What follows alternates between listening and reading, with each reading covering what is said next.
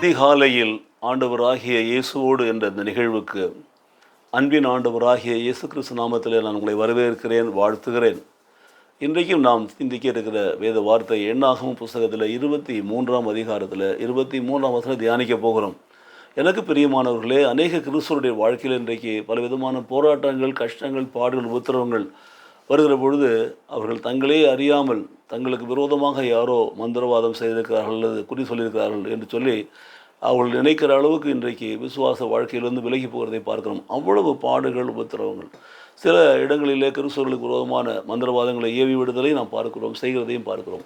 இந்த சூழ்நிலையில் இந்த எண்ணாகமம் 23ஆம் அதிகாரத்தை நீங்கள் முழுவதும் வாசித்து பார்த்தீங்கன்னா, அங்கே பிலேயாம் என்ற அந்த மனிதனுக்கு பாலாக் என்கிற ராஜா கொடுக்குற காரியம் என்னவென்று சொன்னால், இந்த இஸ்ரவேல் மக்களை சபிக்க வேண்டும், யாக்கோபின் கோத்திரத்தை சபிக்க வேண்டும் என்று சொல்லி அவனை கூட்டிக் கொண்டு வந்து ஆட்களை அனுப்பி அதற்கு ஏற்பாடு செய்கிறான் பாருங்கள்.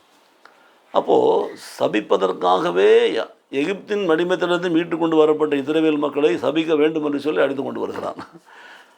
அப்போது ஆண்டவர் தெளிவாக பிலேயாமோடு பேசுகிறார். நீ பாலாக்கோடு போய் சொல்லு, ஏனென்றால் அவர்களின் தேவன் என்று சொன்னால், நான் அவருடைய தேவன், நான் தான் அவர்கள் வர எகிப்தில் புறப்பட பண்ணி கொண்டு வந்தேன், நான் அவரோடு கூட இருக்கிறேன், அவர்கள் என்னோடு கூட இருக்கிறார்கள்.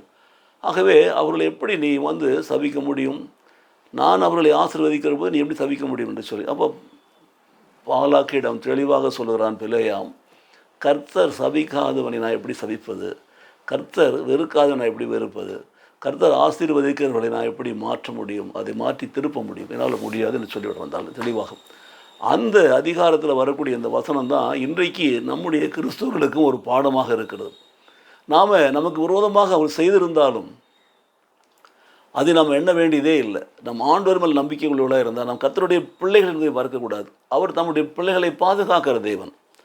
அவர்களுக்கு விரோதமான குறி சொல்லுதலை, மந்திரவாதத்தை அவர் ஒரு நாளும் நிறைவேற விட மாட்டார். அவர் ஆசீர்வதிக்கிற பொழுது அவர்கள் எப்படி சபிக்க முடியும் பாருங்கள்.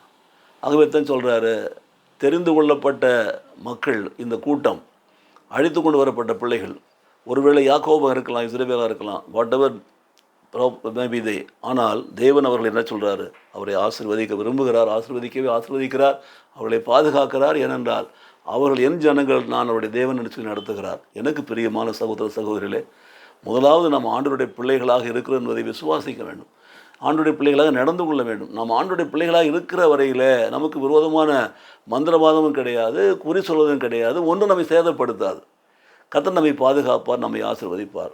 ஆக எனக்கு பிரியமான சகோதர சகோதரிகளே, இந்த வசனத்தை நல்லா நீங்கள் வாசிங்க. யாக்கோபுக்கு விரோதமான மந்திரவாதமும் இல்லை, இஸ்ரவேலுக்கு விரோதமான குறி சொல்லுதலும் இல்லை என்பதை உணர்ந்தவர்களாக நாம் தேவனுடைய பிள்ளைகள் என்பதை விசுவாசித்து அதற்கேற்ற நடந்து நாம் ஆசீர்வதிக்கப்படும்படி ஒப்பு கொடுப்போமா?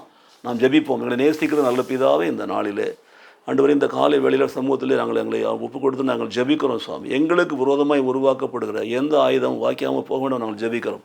ஏசாயா தீர்க்கதரிசி புத்தகத்தில் சொல்லப்பட்ட வாக்குத்தத்தின்படியாக எங்களுக்கு விரோதமான காரியங்களை கர்த்தர் வெறுத்து தள்ளுவீராக, அவைகளை ஆண்டவரை புறக்கணித்து போடுவீராக, அவர்களை நிறைவேற ஒட்டாதீராக. அதோடு மாத்திரமில்லாமல் எங்களுக்கு விரோதமாக இருக்கிற எல்லா மந்திரவாதங்களும் குறித்து முறியடித்து கர்த்தரை எங்களோடு கூட இருக்கிறீர், நான் உங்களுடைய பிள்ளைகளிலிருந்து உலகிற்கு நீர் பறைசாற்றும்படி கர்த்தரை எங்களை எல்லா தீமைகளுக்கும் விலைக்கு பாதுகாத்து ஆசீர்வதித்து நடத்துவீரா. இயேசு கிறிஸ்து நாமத்திலே நாங்கள் ஜெபிக்கிறோம். எங்கள் ஜெபம் கேளும் நல்ல பிதாவே. ஆமென்.